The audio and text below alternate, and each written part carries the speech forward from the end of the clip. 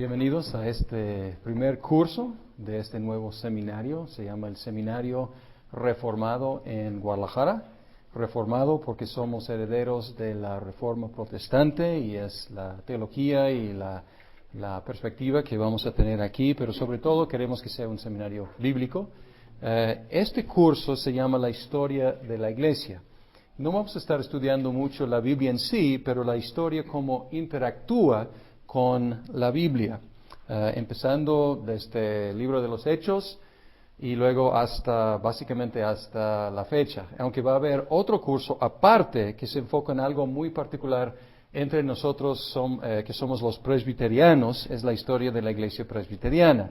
A lo mejor no será de tanto interés general, porque este curso es más universal. Obviamente, si vamos a cubrir más de 2000 años de historia, en 8 sesiones de 2 horas cada sesión, no vamos a poder profundizar mucho. Entonces, nuestra meta es poder tener un panorama de toda la historia de la iglesia cristiana. Vamos a ver, cada uno tiene su hoja, o son 3 hojas que describe cómo es el curso, las tareas y los libros, etcétera, que vamos a utilizar. Y pues hay un libro de texto que vamos a utilizar, se llama La Historia de la Iglesia Cristiana por Jesse Lyman Hurlbut. Tuvimos como 15, creo que ya casi todos se vendieron, pero no sé si haya todavía, pero si no, pues vamos a pedir más, ya que tengamos la lista completa. Es un libro no muy largo, es un libro de como 230 páginas y hay que leer ese libro completo. Además, hay preguntas de repaso atrás.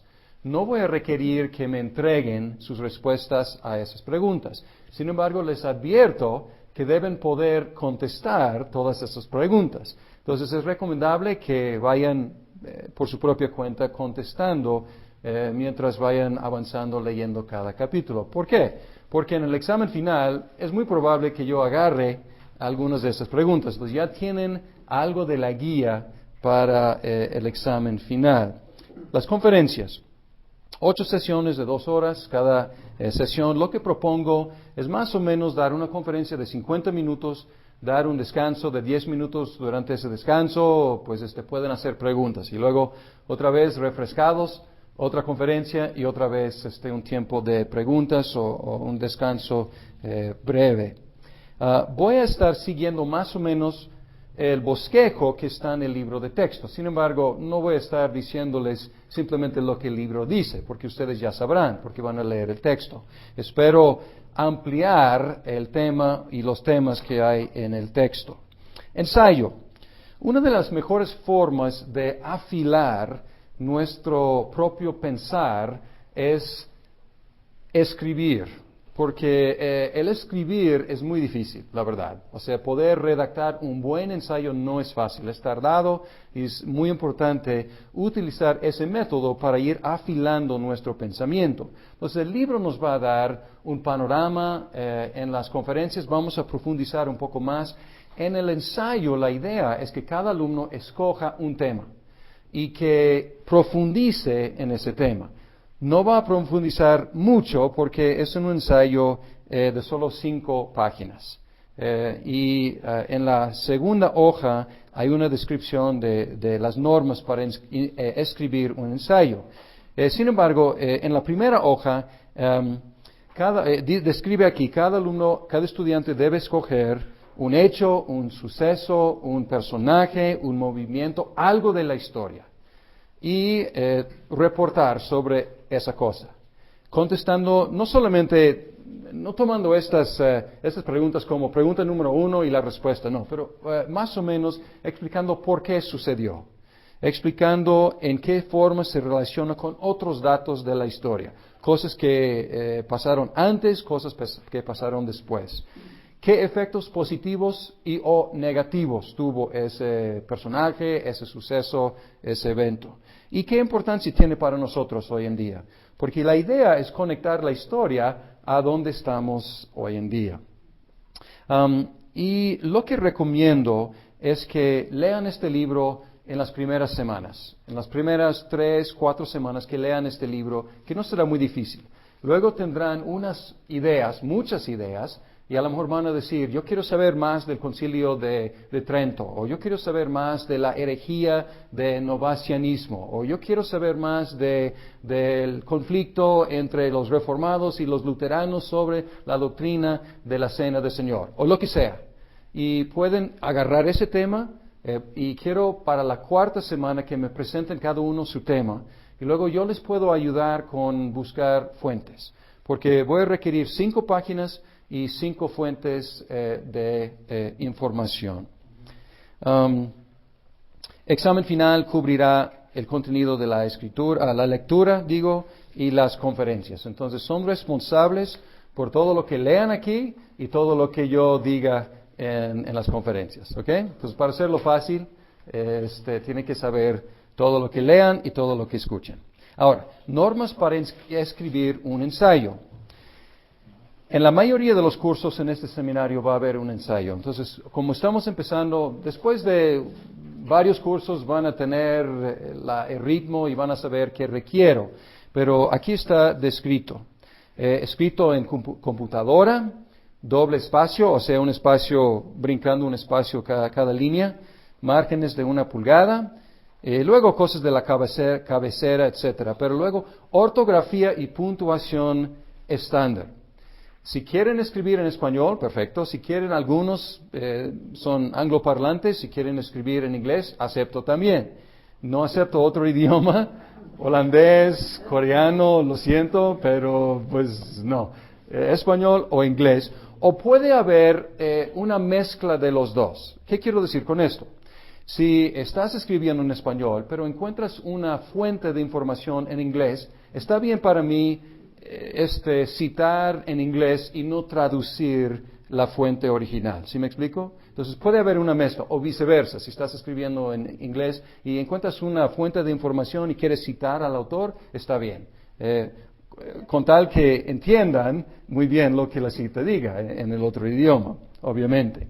Bien, y vamos a hacerlo fácil. O sea, hay que citar todas las fuentes de las cuales agarren información. Si no, están robando ideas y presentándolas como si fueran de ustedes. Entonces, vamos a ser muy estrictos en eso. Si es una cita exacta, fulano de tal dijo, Martín Lutero era un genio. O sea, esto es en comillas, y luego después de la cita, en paréntesis, la información sobre la fuente, el libro. Por ejemplo, fue escrito por fulano, pones ahí fulano, no, su apellido más bien, de tal, o sea, fulano de tal, pones de tal 241, o sea, es la página, entonces está fácil. Y luego cada cita tiene que tener una referencia en la bibliografía, cada ensayo va a tener bibliografía y allí me dan toda la información relevante del libro. Y aquí, pues aquí hay ejemplos y si alguna duda, pues hay que consultar conmigo. Pero este es un formato más o menos estándar en el ambiente académico.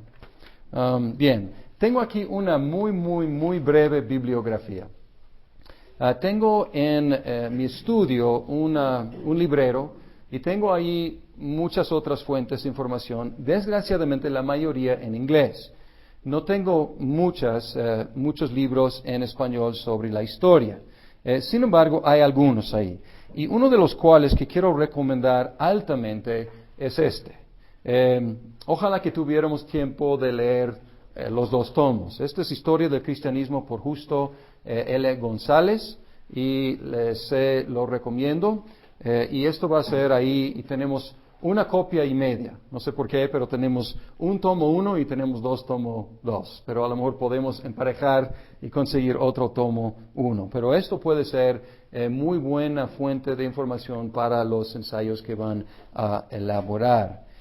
Otros que están ahí, pues hay Historia del Protestantismo. Obviamente su enfoque no es universal, sino solamente en el protestantismo.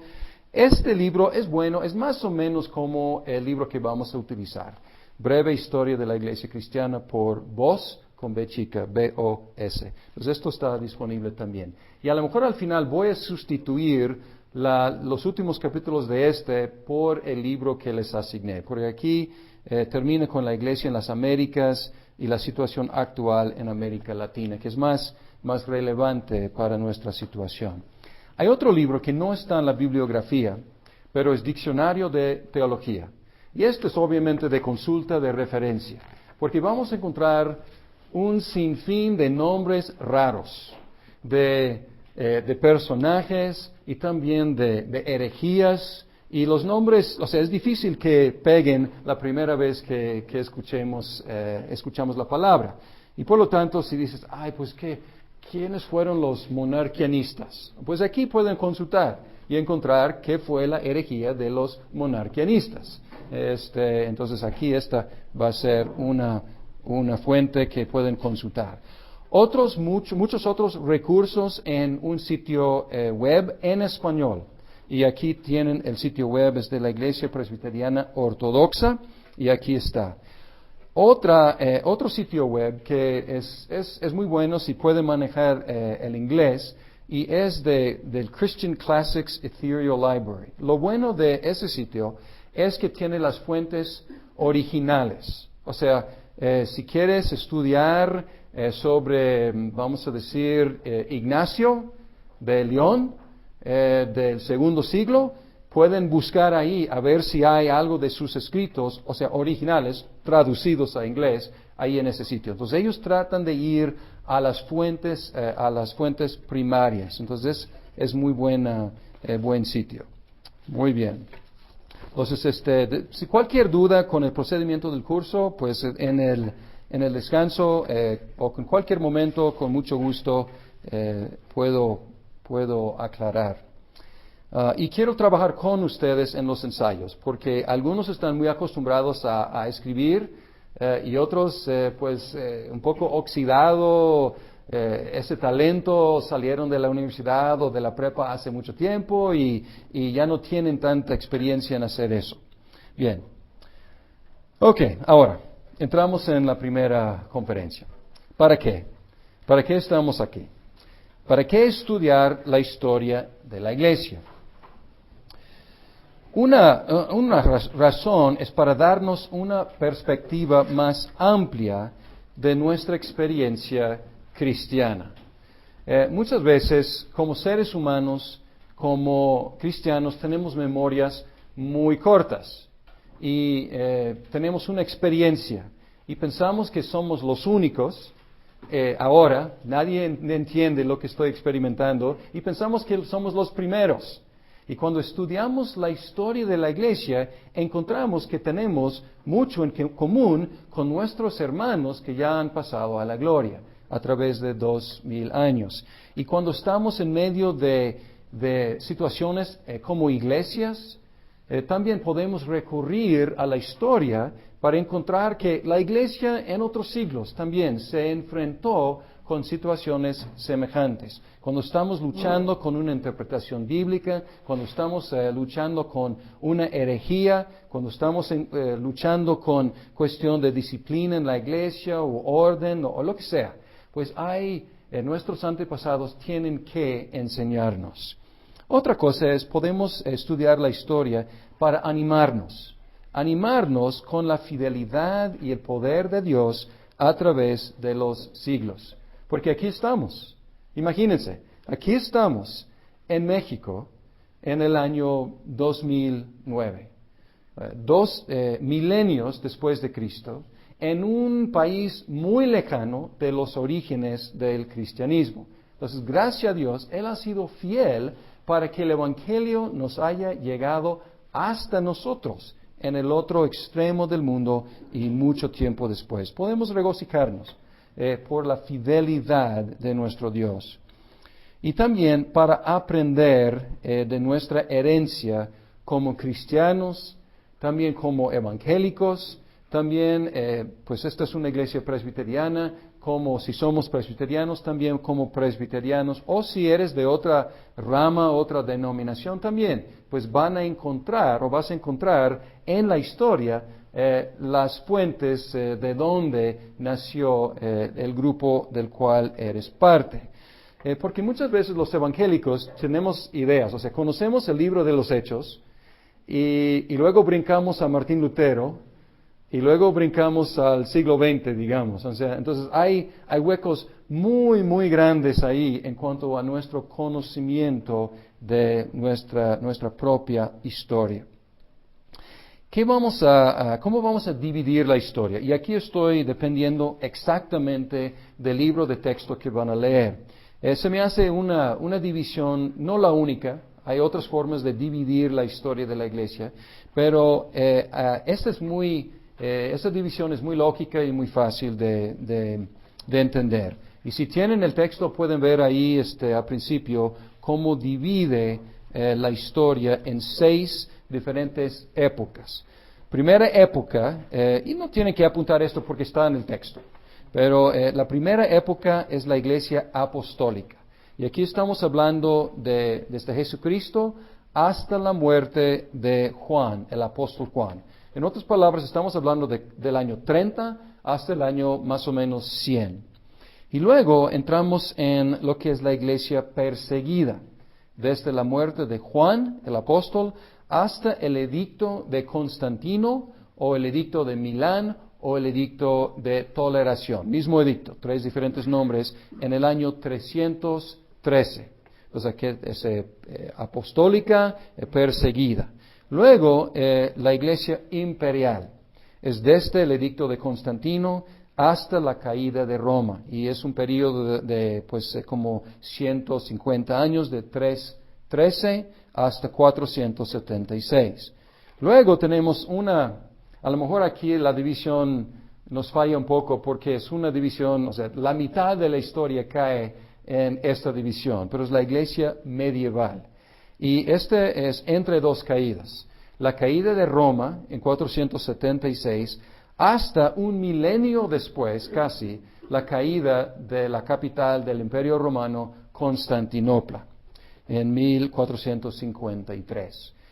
Y luego la iglesia reformada, que es un periodo de más o menos 2 siglos, 200 años, desde la caída de Constantinopla hasta el fin de la guerra de los 30 años, que fue la triste conclusión del periodo reformado. Y luego la iglesia moderna, desde la guerra de los 30 años hasta el siglo XXI. Y este es 1648 hasta la fecha. Y lo que espero poder hacer hoy es cubrir el primer periodo, que es la iglesia apostólica. Empezando en el libro de Hechos. Ahora, quiero decirles que no vamos a pasar mucho tiempo en el libro de los Hechos. ¿Por qué? 2 razones. Una razón es, probablemente, si han estudiado la Biblia, ya tienen una buena noción de lo que pasó en el libro de los Hechos. Segunda razón es, tenemos un curso en el seminario que se llama Hechos y las cartas de Pablo. Y ahí vamos a poder profundizar en el libro de los Hechos. Sin embargo, quiero mencionar algunos datos que tienen importancia para nuestro estudio de la historia. ¿Qué es el libro de los Hechos? El libro de los Hechos empieza diciendo que es un relato de lo que Jesús seguía haciendo. Y aquí Lucas empieza donde terminó su evangelio. Escribió Lucas y también escribió el libro de los Hechos. Entonces es una continuación. En Lucas dice que fue lo que Jesús comenzó a hacer, y Hechos es lo que Jesús, ya resucitado, ya ascendido, siguió haciendo a través de sus apóstoles. Entonces, no es tanto Hechos de los apóstoles, son los hechos del Cristo resucitado y ascendido por medio de sus apóstoles llenos del Espíritu Santo. Y hay un programa en el libro de los Hechos que está es el bosquejo, en Hechos 1, versículo 8. 1:8. Y ustedes, pues algunos ya tienen esto por memoria, pero cuando venga el Espíritu Santo sobre ustedes, recibirán poder y serán mis testigos tanto en Jerusalén como en toda Judea y Samaria y hasta los confines de la tierra. Y a lo mejor han escuchado a los predicadores decir, como alegorizar un poco este texto, decir, ¿cuál es tu Jerusalén? ¿Cuál es tu Judea? Y cuando empezamos a hacer eso, perdemos realmente el contexto histórico, porque eso es algo que el libro de los Hechos registra como cumplido una vez para siempre. Los primeros 7 capítulos más o menos de Hechos es Jerusalén, el enfoque. Y luego Judea y Samaria, capítulo 8 a capítulo 11. Y luego el programa sigue desde el capítulo 11 hasta la fecha, hasta lo último de la tierra. Entonces, no debemos ubicarnos en Jerusalén, no. Nosotros estamos viviendo en lo último de la tierra. Y debemos apreciar este hecho, porque no somos el centro del cristianismo, somos los lejanos que Dios en su misericordia ha alcanzado. Sin embargo, la tarea sigue, porque hay partes aún más remotas, las cuales es nuestra responsabilidad alcanzar. 3 hechos definitivos en el libro de los Hechos que quiero apuntar. Obviamente, la venida del Espíritu Santo, estamos hablando del año más o menos 30 después de Cristo. El Concilio de Jerusalén, más o menos el año 50. Yo creo que no más o menos, o sea, podemos darle una fecha bastante exacta ahí. Y también la declaración de Galión en el año 52. La venida del Espíritu Santo, pues ya conocen bien este relato. Y esto fue lo que lanzó la misión de la iglesia. Estaban ahí esperando, el Espíritu Santo llegó, los llenó y esto lanzó a los apóstoles y los discípulos a su misión. Y también vemos ahí en Pentecostés, vemos como empezar a deshacer la maldición de Babel. Porque en la Torre de Babel tenemos la dispersión de todas las naciones en diferentes pueblos. Y luego en el libro de los Hechos, en Pentecostés, tenemos el inicio de la reducción y la eliminación de esa maldición, porque Dios está reuniendo en un solo pueblo gente de todas las naciones. El Concilio de Jerusalén. Esto se registra en el libro de los Hechos. Es de suma importancia para nosotros, porque ahí se debatía una pregunta que probablemente no tenemos, porque ya se resolvió. Muchas veces hoy en día la pregunta es, ¿puede un judío ser un cristiano y seguir siendo un judío? La pregunta en el primer siglo, o más bien en las primeras décadas, los primeros años, era, ¿es posible que un no judío sea un cristiano? Porque los primeros apóstoles no les cayó el 20 inmediatamente de que el evangelio era para todo el mundo.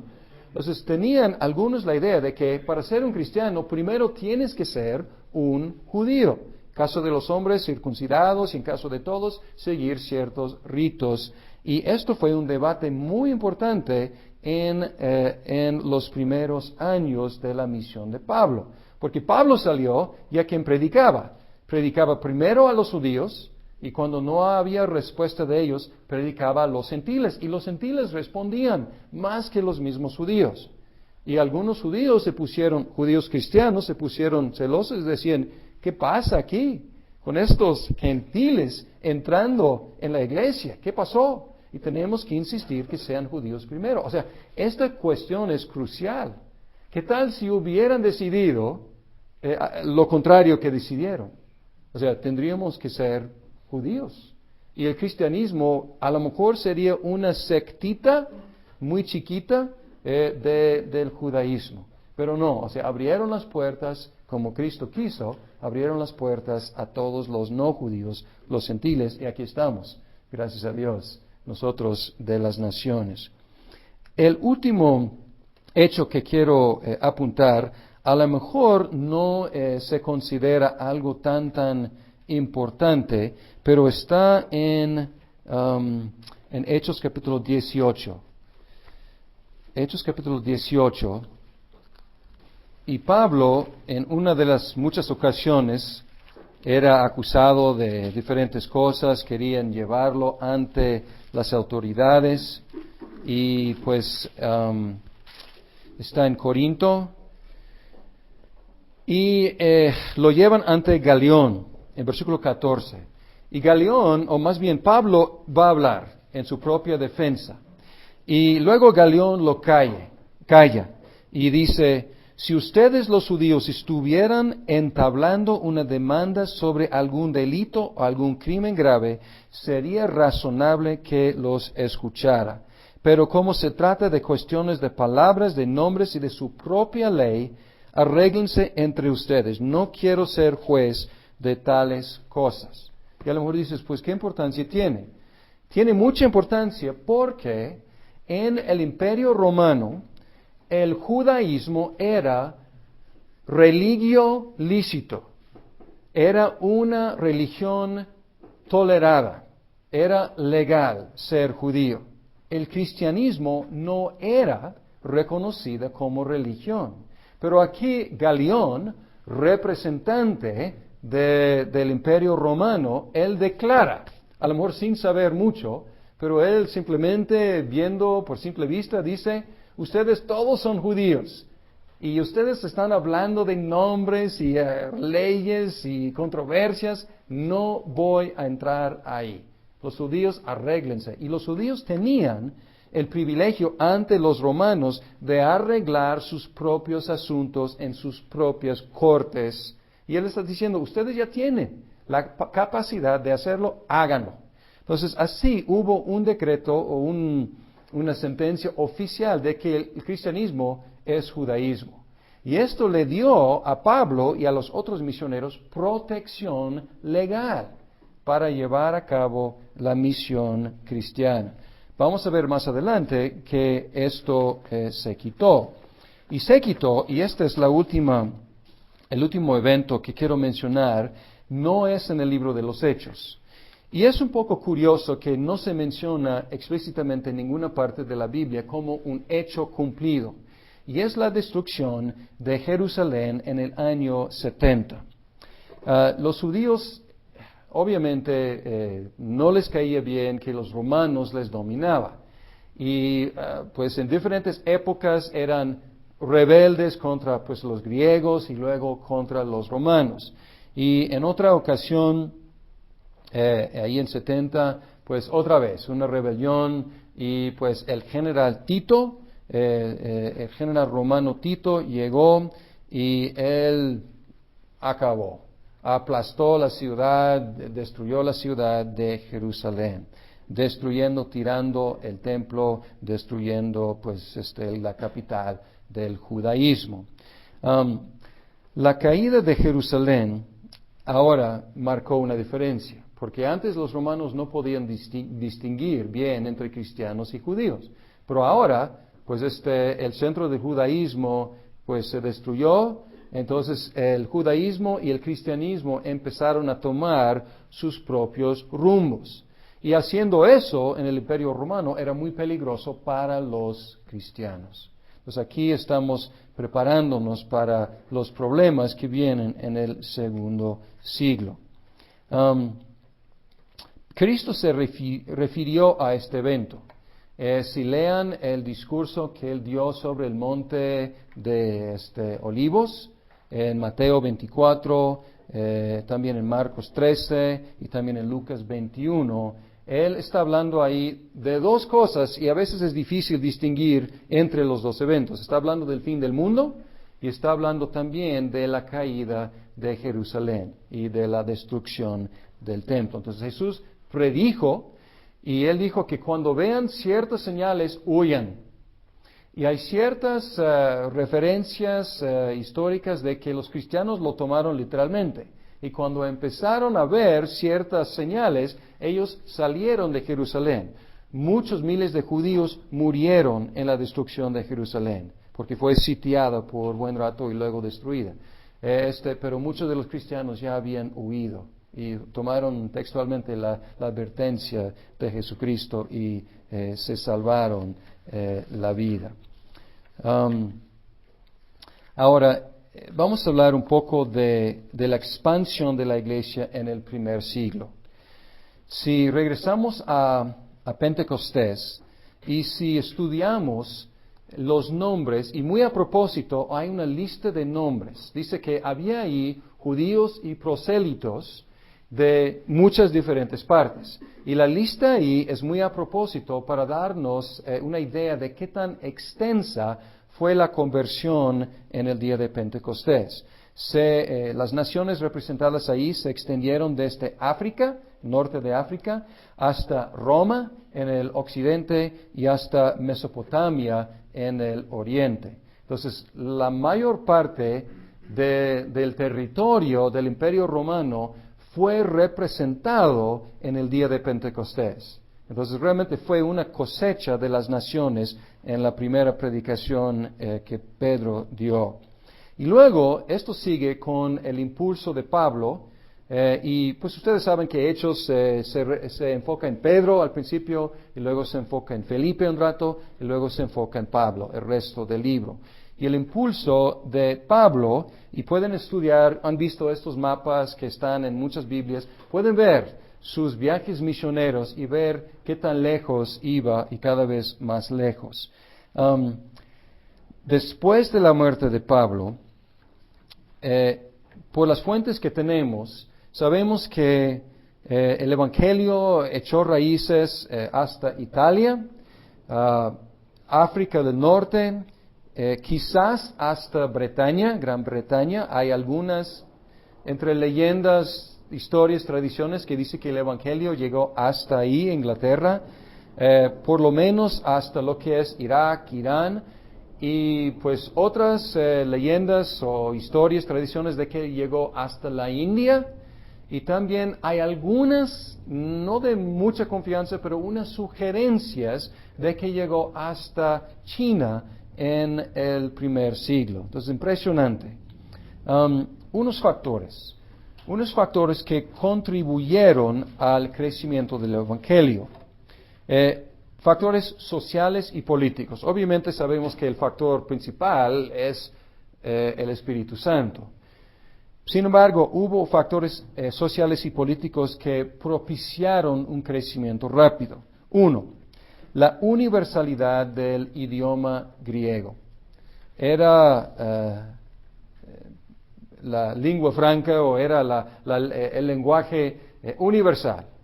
No era el lenguaje cotidiano de mucha gente, pero Pablo podría ir a donde quisiera y predicar en un solo idioma. Y pues qué ventaja para los misioneros. Ahora ya no es así, desgraciadamente. Y la otra cosa es la pax romana, o sea, la paz romana. Entonces, había estabilidad política y civil, social, durante el primer siglo. Entonces, los cristianos tenían libertad de viajar, que no es posible cuando hay guerras civiles y cuando hay guerras entre las naciones. Entonces, la pax romana. El tercer factor es lo que ya mencionamos, la protección que los cristianos disfrutaban como secta judía a los ojos de los romanos. Y el cuarto factor fueron los sistemas de tránsito y de correo. Entonces, para nosotros, muy primitivo, ¿no?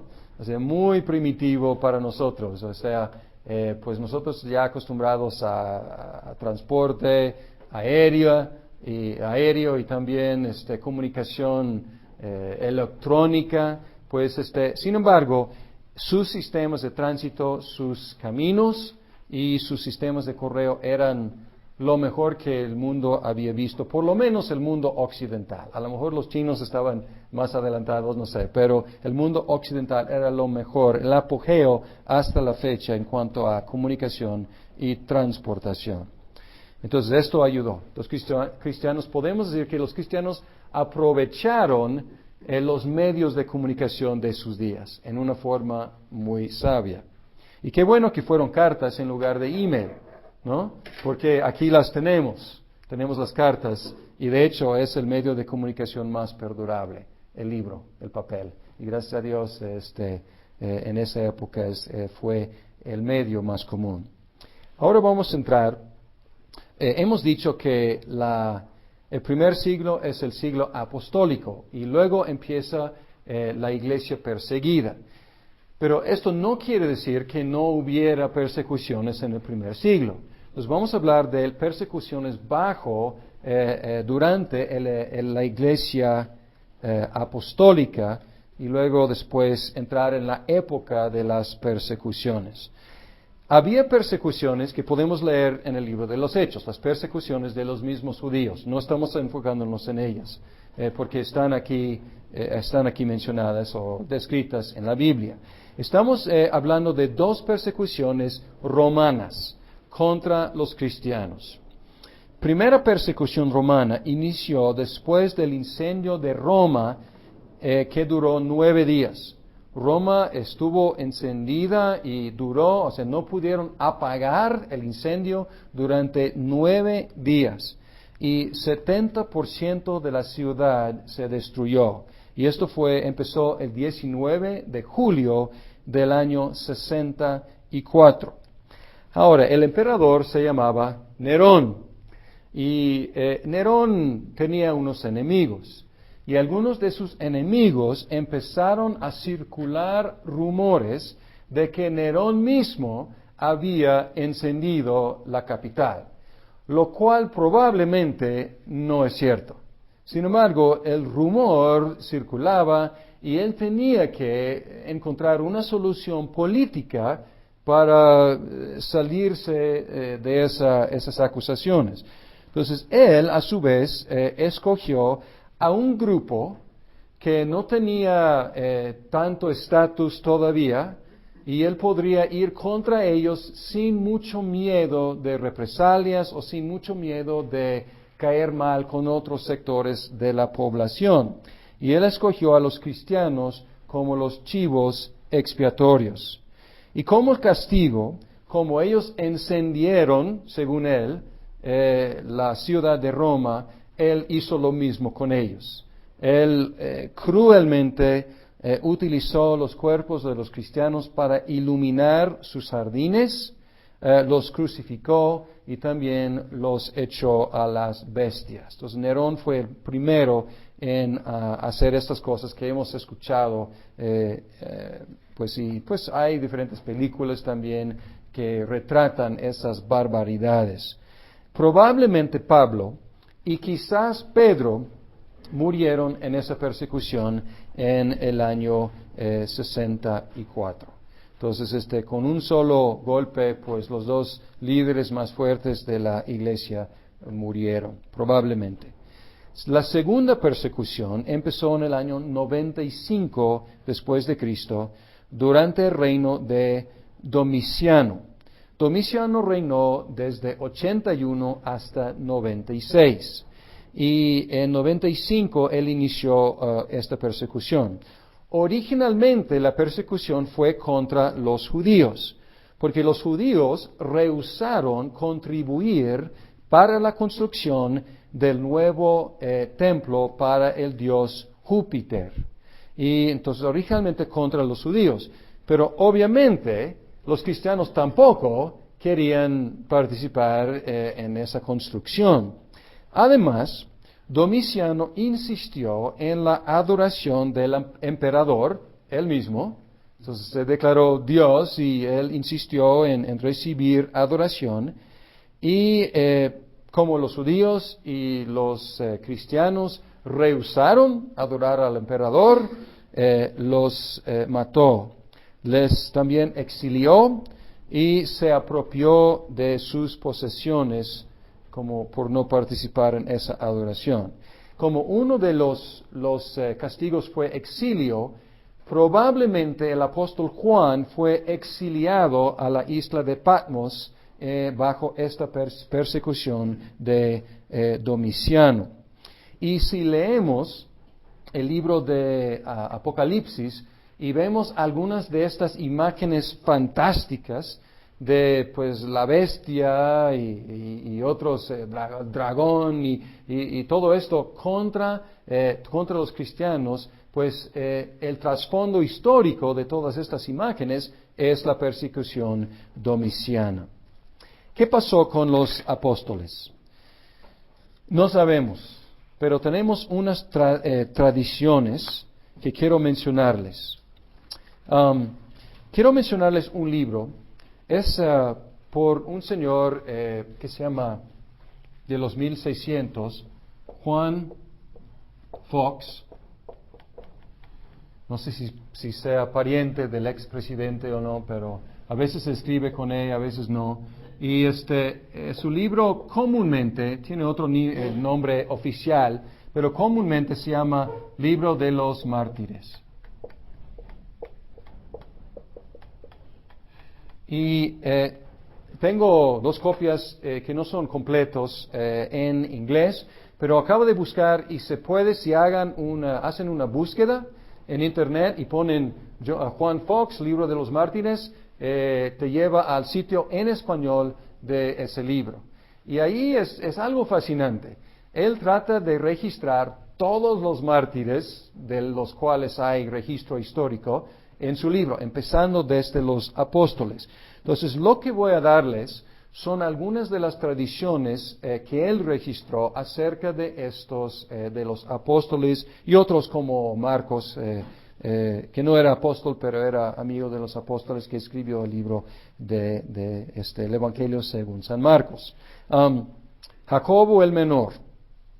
Jacobo el Menor fue decapitado, según esta tradición, junto con la persona que lo entregó, quien después se confesó cristiano, le pidió perdón y murió junto con Jacobo el Menor. Tomás predicó hasta la India y fue matado ahí con una lanza. Esa leyenda o esa tradición, podemos decir, viene de un libro que se llama Los Hechos de Tomás. Es un libro es un libro gnóstico y apócrifo, porque realmente no fue escrito por Tomás, fue escrito más o menos en el año 200 después de Cristo. Pero ahí es la fuente más antigua que tenemos de esa tradición. Sin embargo, una vez tuve el privilegio de estar en la India y estuve visitando un pueblo que no me acuerdo cómo se llama y probablemente no podría pronunciar su nombre de todos modos. Y ahí los cristianos, algo conocido por todo el mundo. Sí, esa iglesia, sí, el apóstol Tomás fundó esa iglesia. Entonces la tradición en la India, por lo menos, es muy, muy fuerte, que Tomás llegó hasta ahí. Simón Zelotes predicó en Mauritania, en otras partes en África y hasta Bretaña. Entonces, según la leyenda, pues un viajero bastante frecuente, y llegó hasta Bretaña y fue crucificado.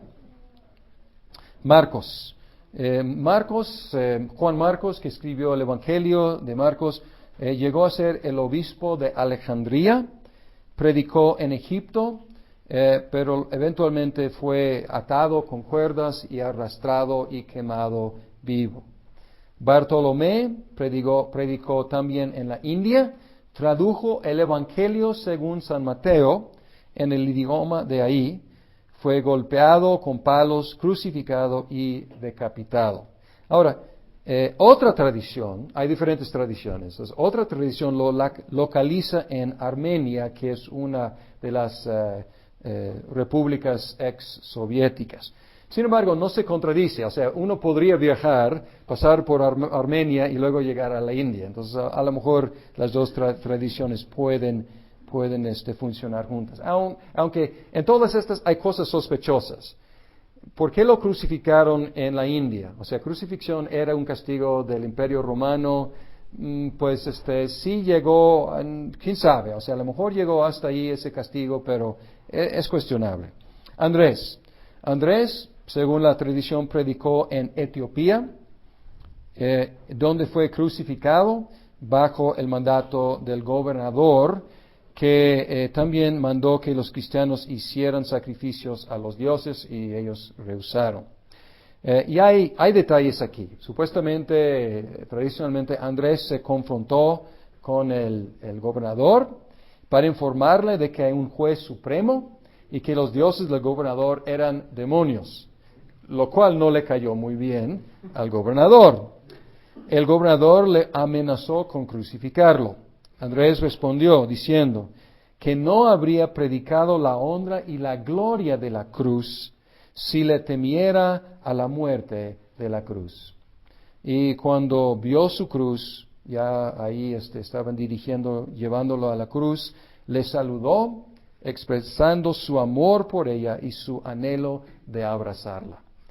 Otra tradición acerca de Andrés es que predicó en Rusia y en Ucrania. Entonces ahí tenemos un problema geográfico, ¿no? Porque uno es el noreste y el otro es en el sur, pero son las tradiciones. Mateo dicen que predicó con mucho éxito en Etiopía y Egipto y fue matado con una lanza por orden del rey.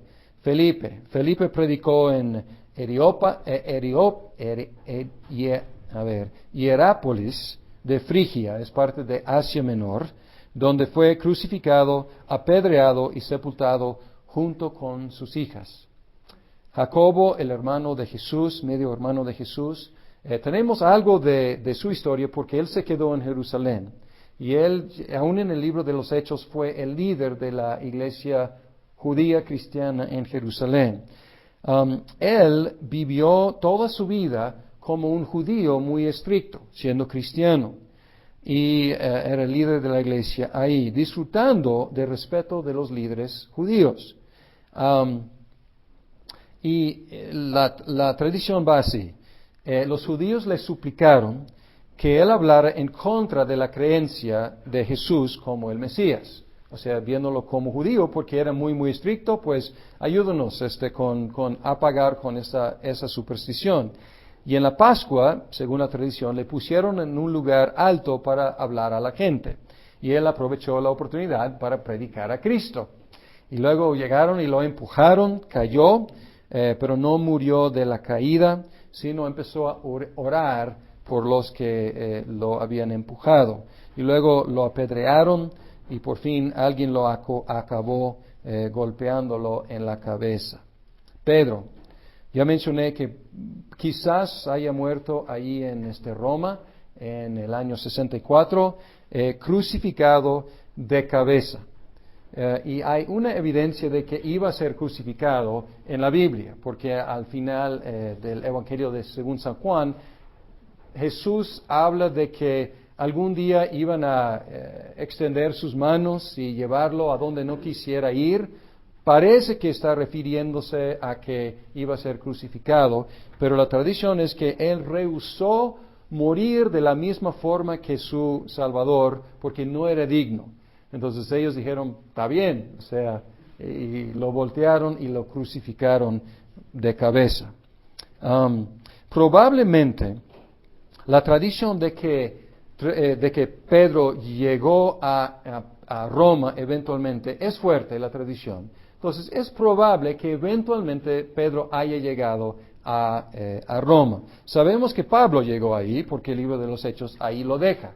Sin embargo, ni Pablo ni Pedro fundó la iglesia en Roma. La verdad, los inicios de la iglesia en Roma no sabemos cómo se fundó. Sin embargo, sabemos que Pablo, antes de llegar ahí, antes de visitarles, les escribió una carta a una iglesia que él tenía amigos ahí, pero él no había fundado esa iglesia.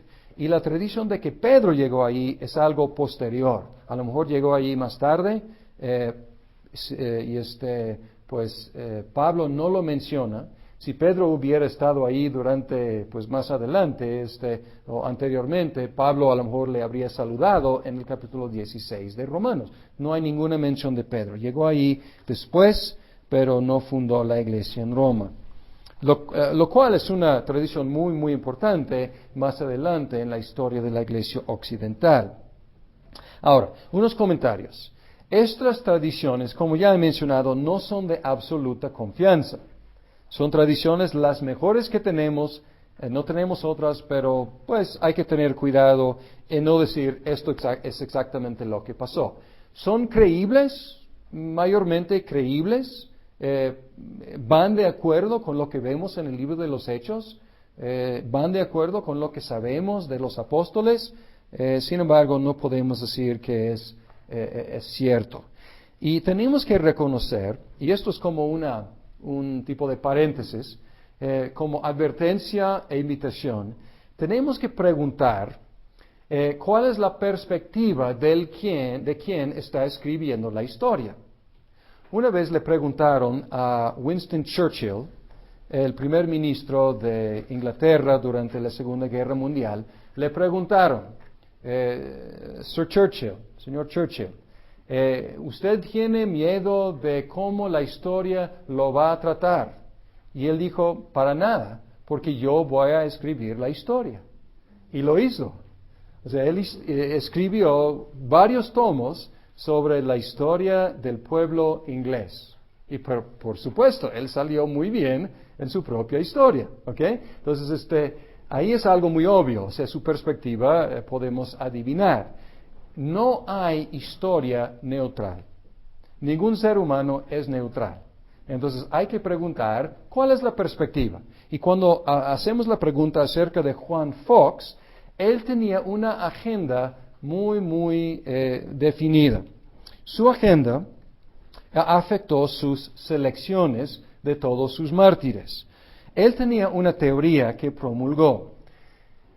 La teoría fue que José de Arimatea había llevado el Evangelio a Bretaña en el año 63, como enviado de Felipe el apóstol. ¿Por qué era tan importante esa tradición para Fox? Fox era un protestante, era un puritano, vivía en la época en la cual, que vamos a estudiar más después, la época en la cual hubo una lucha muy fuerte por el trono de Inglaterra entre príncipes o reinas o reyes católicos o protestantes. Entonces, él quería demostrar dos cosas: que la iglesia en Inglaterra siempre había existido sin ninguna ayuda de Roma. Siempre había una iglesia inglesa independiente de Roma, no dependiente de Roma. Y su otro propósito era demostrar que Roma era completamente corrupta. Y si ves las elecciones de los mártires, muchos de los mártires son mártires protestantes matados por católicos en la Inquisición española o lo que sea. ¿Ok? Esto no descarta todo lo que él dice ahí, porque entre más se acerca a su propio tiempo, más fuentes confiables él utilizaba. Y las historias que él cuenta acerca de los mártires más cercanos a su época son de alta confianza. Sin embargo, entre más lejano, pues menos confiables. Y esto no solamente es problema con Fox, esto es problema para todos nosotros, porque pues nuestras fuentes de información, entre más antiguas sean, más difíciles es estar seguros si son de confianza o no.